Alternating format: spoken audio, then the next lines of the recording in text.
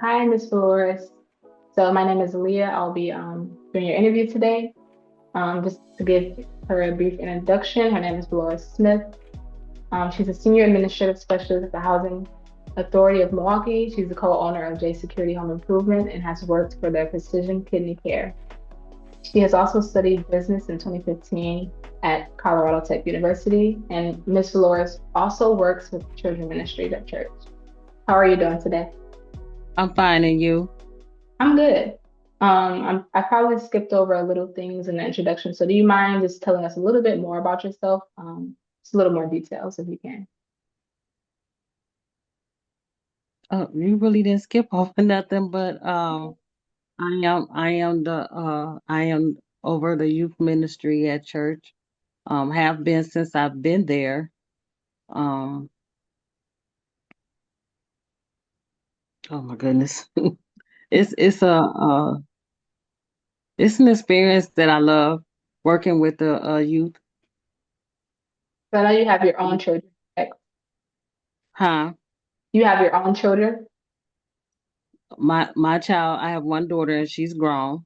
Oh, you have one daughter. Okay. I have a Well, grandson that's 25, okay. Just one grandson.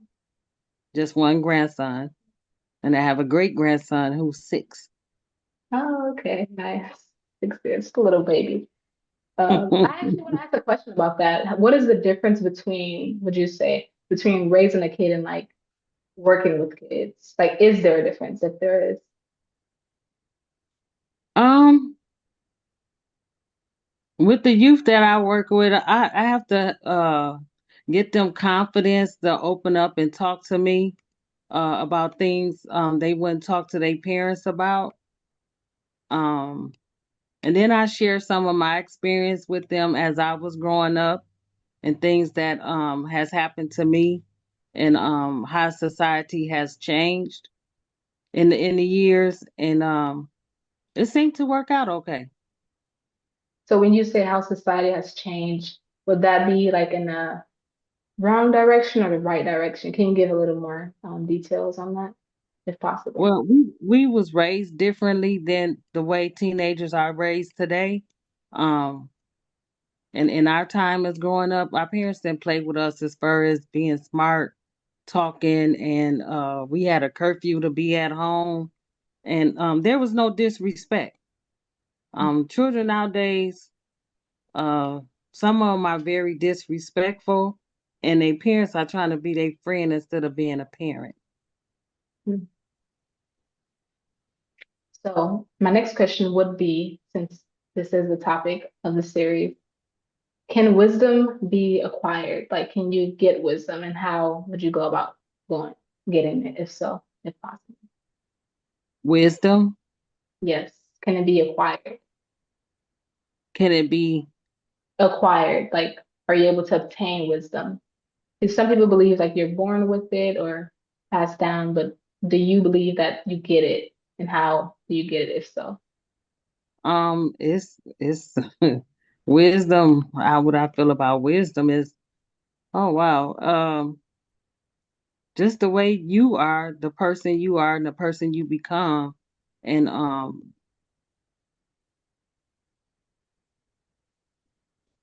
that's all I can say.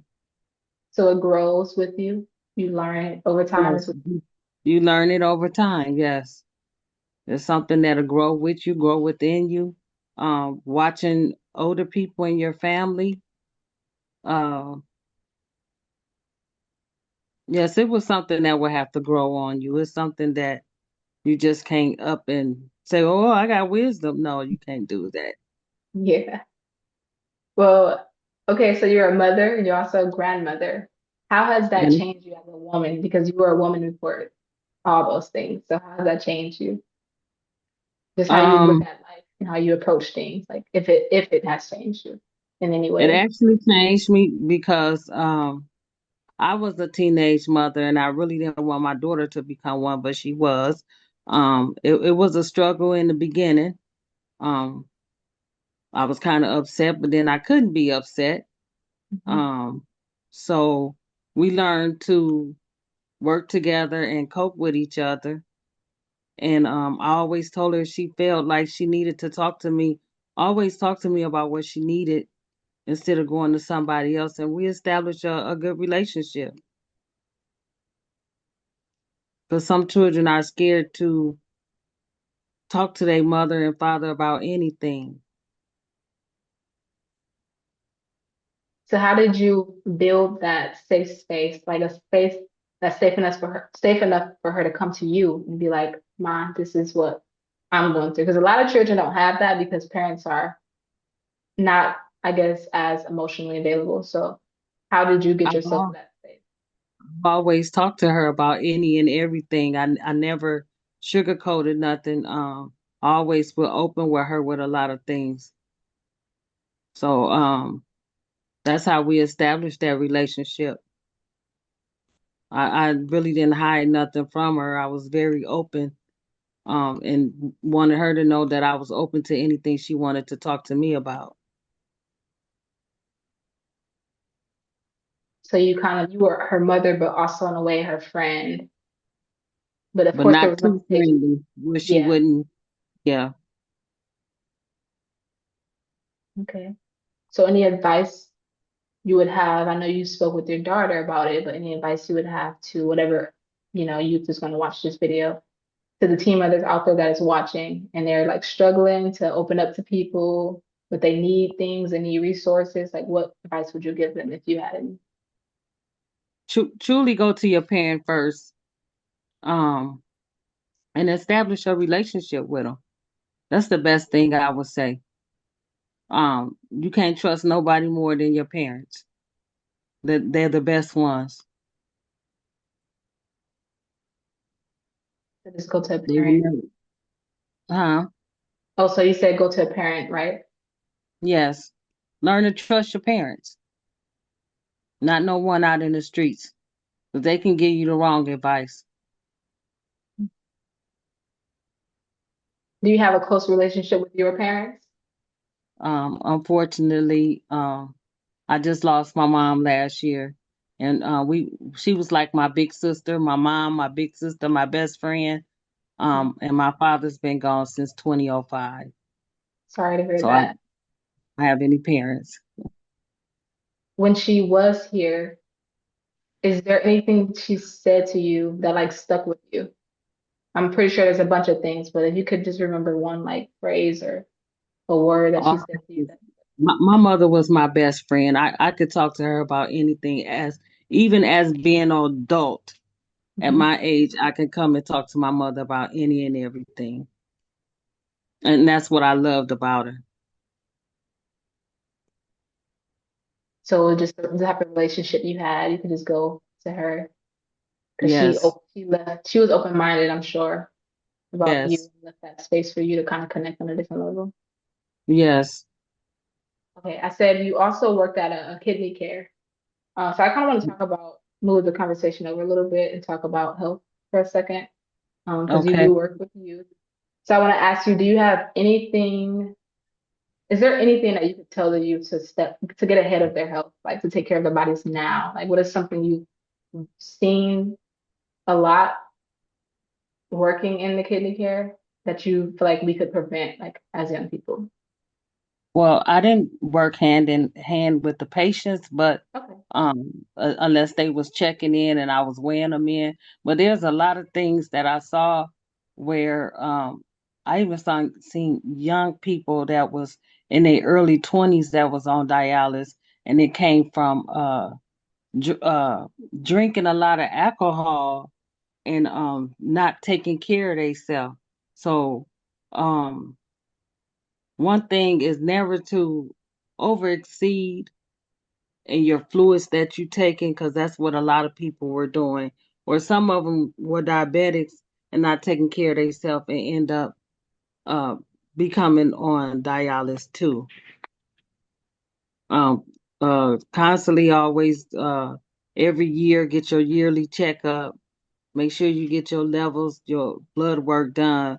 To make sure your levels are good, where you won't end up being a diabetic and end up in that situation. Okay, so just being ahead of the game and really just being up to date on your Yeah. health. Okay. Yes. What is something that's, and this is a broad question to answer however you would like. It can be related to ministry, church, health, your personal life, whatever. But what is something that is truly important to you at this moment, like right now? What's truly important to me right now is Yeah.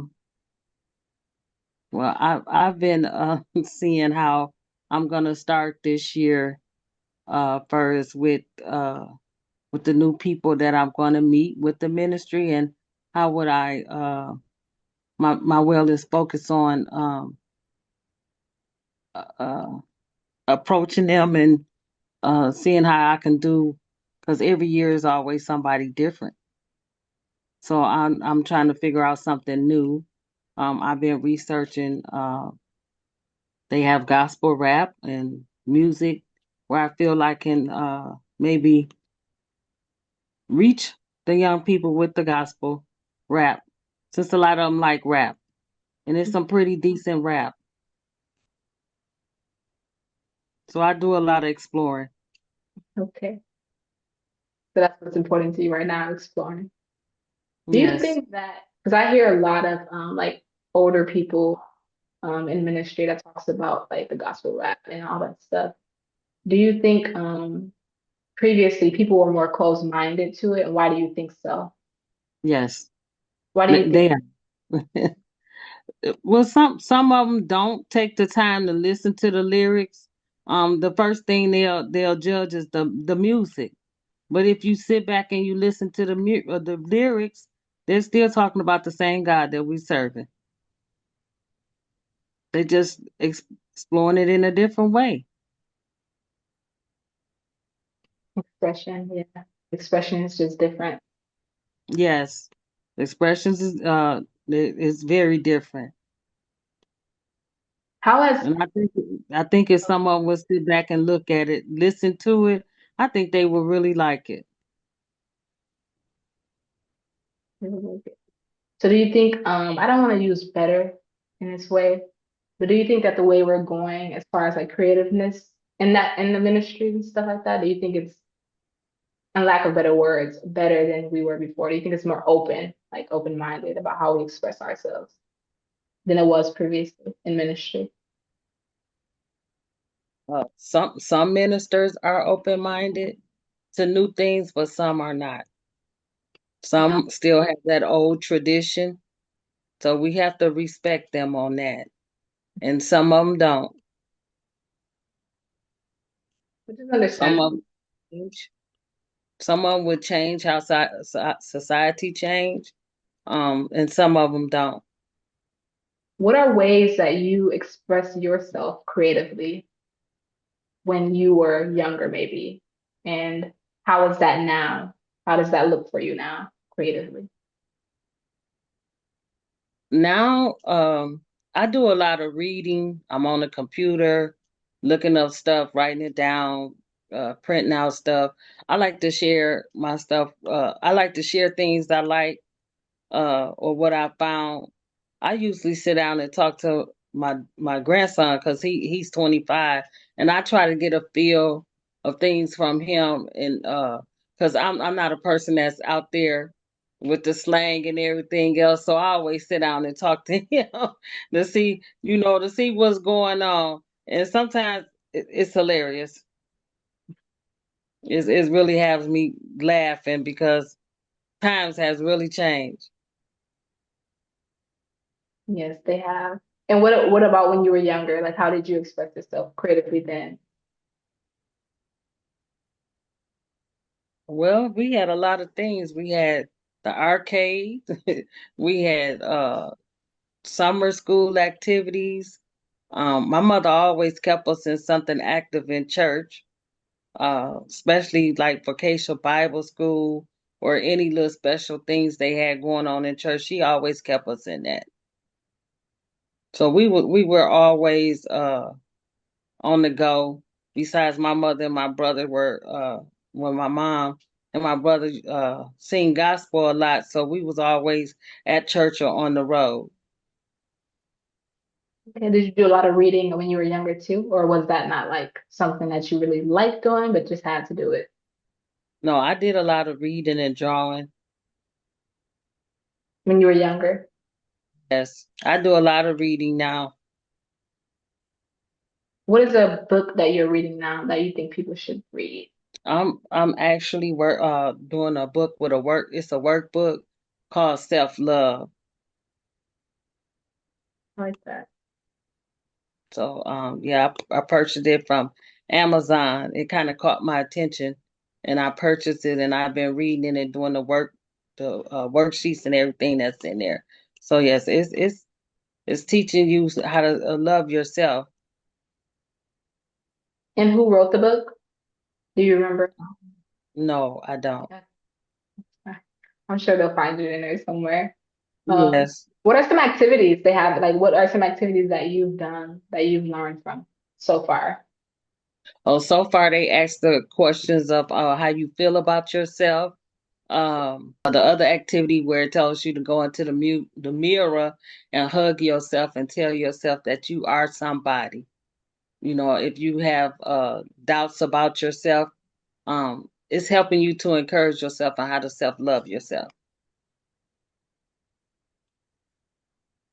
I love that topic because I feel like that's so needed in society right now. Like, especially, I don't know, I want to say women, but not just, it's not just excluded to women. You know what I mean? It's for men Right. too. Okay, so on a conversation about self-love, what does self-love mean to you? What does that look like for you today? For me today, I need it. I really need it. I really went through a depression stage in the hard time when I lost my mom. So I'm really trying to uh get out of that stage. It's hard when you lose your mom. So you're just actively working yourself out of there is basically what you're doing Yeah, now to love yourself. What does that look yeah. like? Does it look like being in nature, writing, or reading?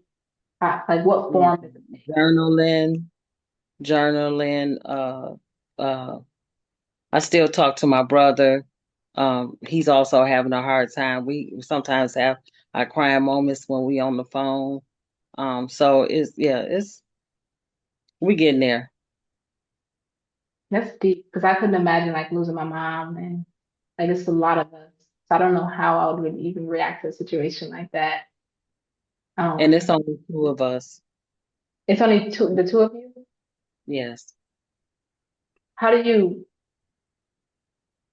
because we're talking about loss right now, and I feel like grief is something that I haven't had a personal experience with just yet, because we'll all experience it at some point in our life. But how are you dealing with like grief? How is that changing you for the worse, for the better? How is that looking for you right now? Um, Because it's I recent. can say I'm getting better. It wasn't in the beginning, but I'm getting there. It's hard, especially when we found her deceased. Oh, Because we hadn't heard from her all that day, and normally my mother calls us every day, all day, and we happened to go over to the house and we found her. So yeah, it's sometimes the picture it stays in my head. It's a hard picture to get out. I can imagine that. Yes, Do you feel like you got out everything you needed to say to her? yes, Yes. yes. Okay. So I guess since we are on this subject, I'll just kind of steer in a different direction. I'll ask you what times in your life has life tested you, and what did you learn from those experiences? And this can be related to whatever subject you want to look Um, the biggest thing that I learned in life so far is uh a lot of people don't know, but in 1994, August 22nd, I was shot in the chest and the bullet hit my heart and I had a massive heart attack. And at that time, it was a friend, which I was trying to stop her and her boyfriend from fighting. And in the process, I ended up getting shot because I was at close range. I've learned not to get involved in people's stuff anymore, because you never know what a person have on them or what's on their mind. It changed my life in the last 30 years, and I just learned to stay out of other people's affairs, or it I used to be friendly and always was like trying to stop uh altercations and everything, Mhm. where it has changed where I don't do that anymore. That's actually deep. So you had to go to physical therapy and all that. um yes, I'm actually recovering from brain surgery in April. um Over the last 30 years, my health kind of made a U-turn, so I'm having a hard time, but I'm still here. You are. You're still here. Yeah. Giving words of wisdom. Yes. We love it. So I'm pretty sure that was like a traumatizing experience for you. You already kind of talked about how it kind of like reshaped you and everything. So we know how Yes. that, but and I guess you already answered this question because I was gonna ask how has like that betrayal, because it feels like, it was a betrayal, it's changed your perception of like friendship. Yes. Yeah, you kind of answered that. Okay.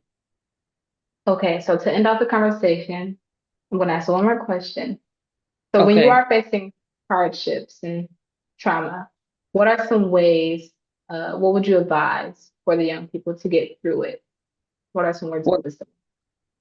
if they like journaling, journaling would be an awesome thing.